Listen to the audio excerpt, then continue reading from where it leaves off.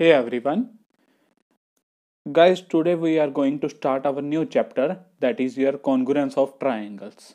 Okay, which is your chapter number 7 of your NCERT book. So before congruence of triangle हमारे को ये पता होना चाहिए कि congruence क्या होता है. Okay, so congruence is that कि आपके पास टू थिंग्स हैं.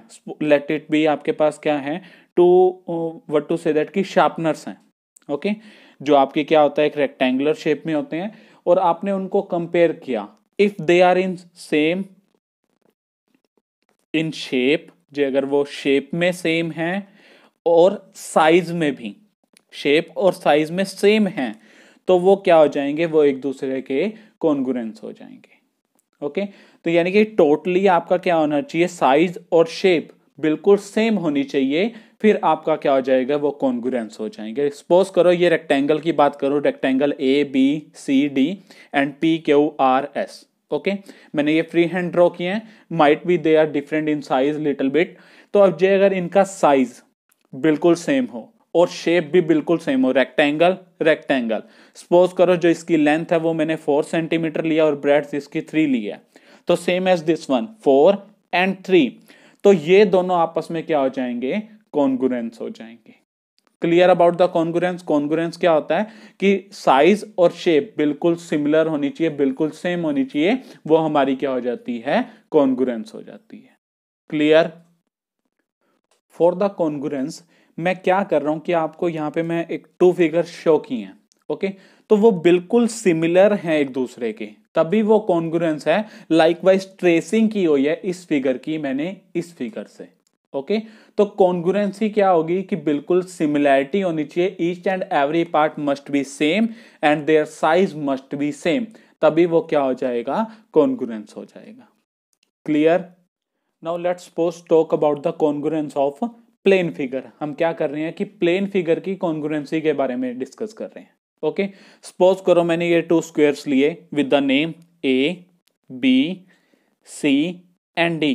Hair is P Q R S. ये एक दूसरे के कॉन्ग्रुएंस कब होंगे. ओके, कॉन्ग्रुएंस होने के लिए इनका जो साइज है, सपोज करो साइड इसकी मैंने 4 सेंटीमीटर ली, तो इसकी भी साइड का साइज कितना होना चाहिए, 4 सेंटीमीटर.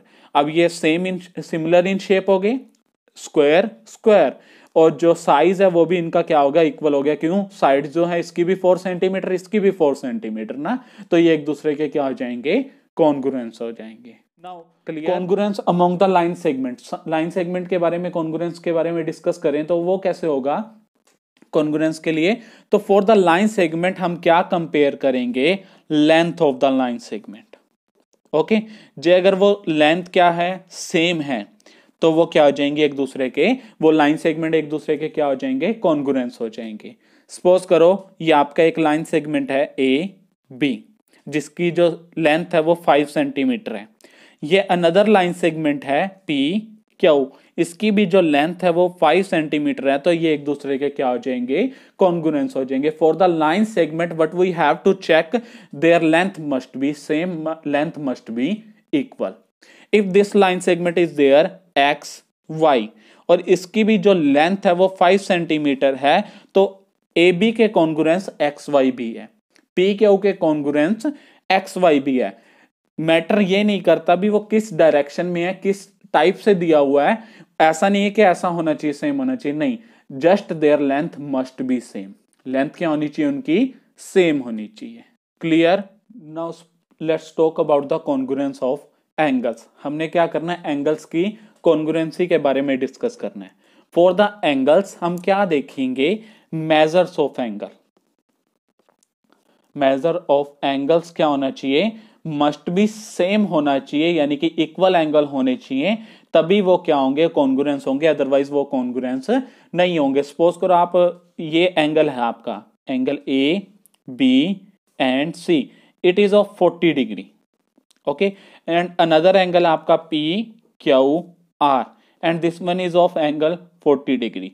तो ये एंगल जो है सेम है, तो वो मेजर्स ऑफ एंगल क्या होना चाहिए, सेम होना चाहिए, तभी वो क्या होंगे, एक दूसरे के कॉन्ग्रुएंस हो जाएंगे.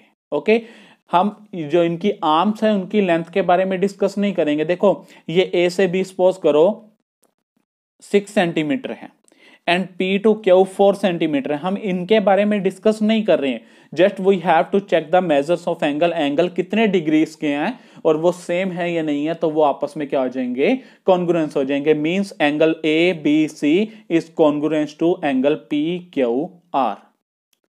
Clear guys, now we are going to discuss about the congruence of triangles. Okay हम क्या करेंगे, ट्राइंगल्स की कॉन्ग्रुएंसी के बारे में डिस्कस करेंगे कि either two triangles are congruent और नॉट।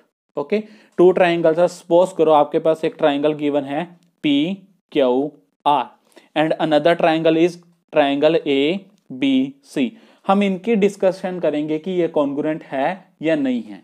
इसके लिए हमारे पास क्या है, 3 क्राइटेरियाज हैं कि वो फॉलो होते हैं या नहीं। जो अगर आइदर वन ऑफ देम, तीनों में से कोई भी एक फॉलो हो जाता है तो वो ट्राइंगल क्या हो जाएंगी, कॉन्ग्रुएंट हो जाएंगी। जैसे हमने क्या किया, प्लेन लाइन फिगर के बारे में, लाइन सेगमेंट के बारे में, एंगल्स की कॉन्ग्रुएंसी के बारे में डिस्कस किया।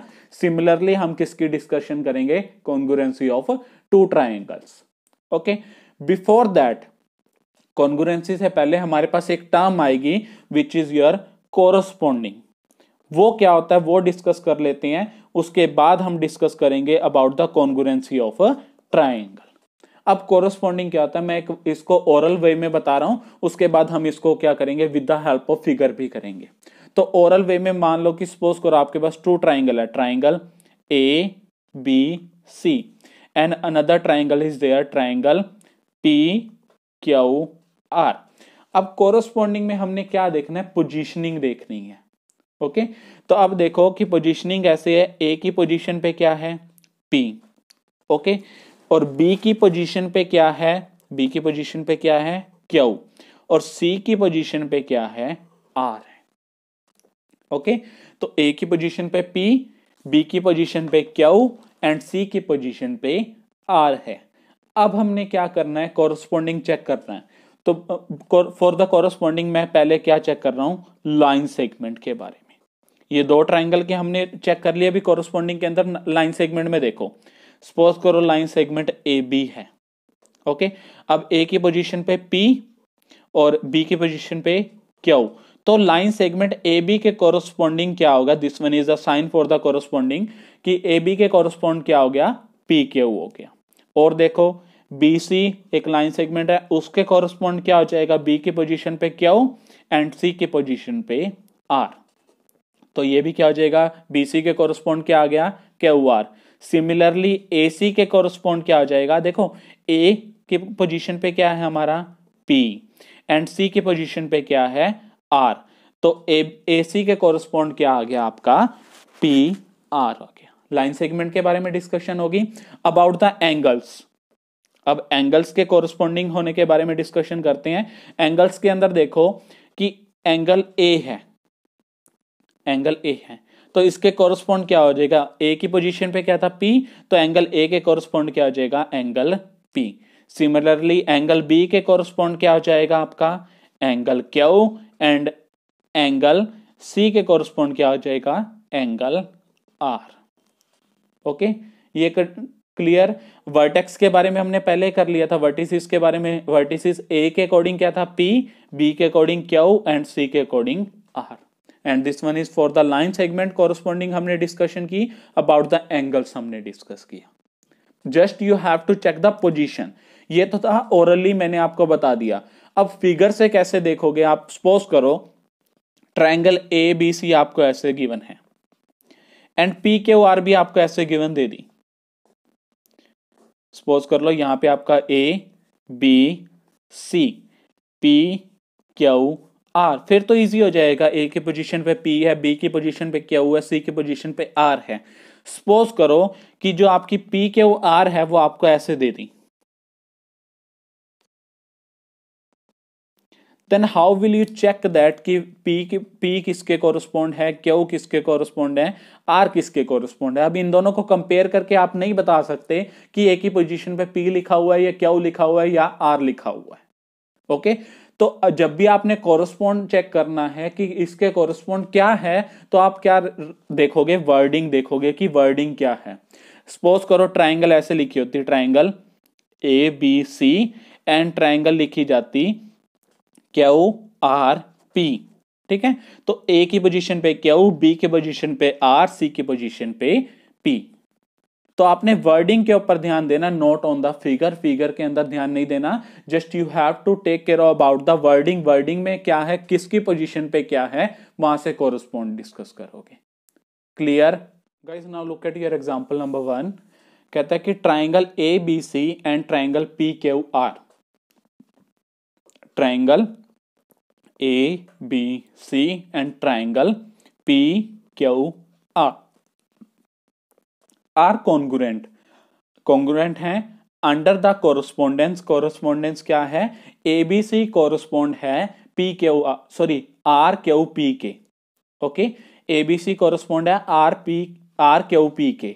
ओके, अब देखो ए की पोजीशन पे क्या है आर, बी के पोजीशन पे क्यू एंड सी की पोजीशन पे पी है। Right the parts of triangle A B C that correspond to, कहता है कि पार्ट्स राइट डाउन करो जो कोरस्पोंड है किसके, पी क्यू के। तो पहले देखो मैं यहां पे राइट डाउन करता हूं, ए के कोरस्पोंड क्या है, ए की पोजीशन पे क्या है आर, बी के कोरस्पोंड क्या है, बी की पोजीशन पे क्या है हमारा क्यू, एंड सी की पोजीशन पे क्या है पी। ये राइट डाउन कर दिया। अब कहता है कि पी क्यू के कोरस्पोंड क्या है, पी क्यू के कोरस्पोंड क्या है, सॉरी पी क्यू के कोरस्पोंड, देखो पी की जगह क्या लिखना है हमने, सी राइट डाउन करना है, और क्यू की कोरस्पोंड क्या राइट डाउन करना है, बी। तो पी क्यू के कोरस्पोंड क्या है, पी क्यू लाइन सेगमेंट के कोरस्पोंड क्या है, सी बी। ओके, अब देखो कि एंगल क्यू के कोरस्पोंड क्या है, क्यू की पोजीशन पे कौन है बी, तो एंगल क्यू के कोरस्पोंड क्या है एंगल बी। और line segment RP, line segment RP के कोरस्पोंड क्या है, चेक करो आर की पोजीशन पे क्या है ए और पी की पोजीशन पे क्या है सी, तो आरपी के कोरस्पोंड क्या है A C. Clear guys? From this video you can cover your exercise 7.1 complete.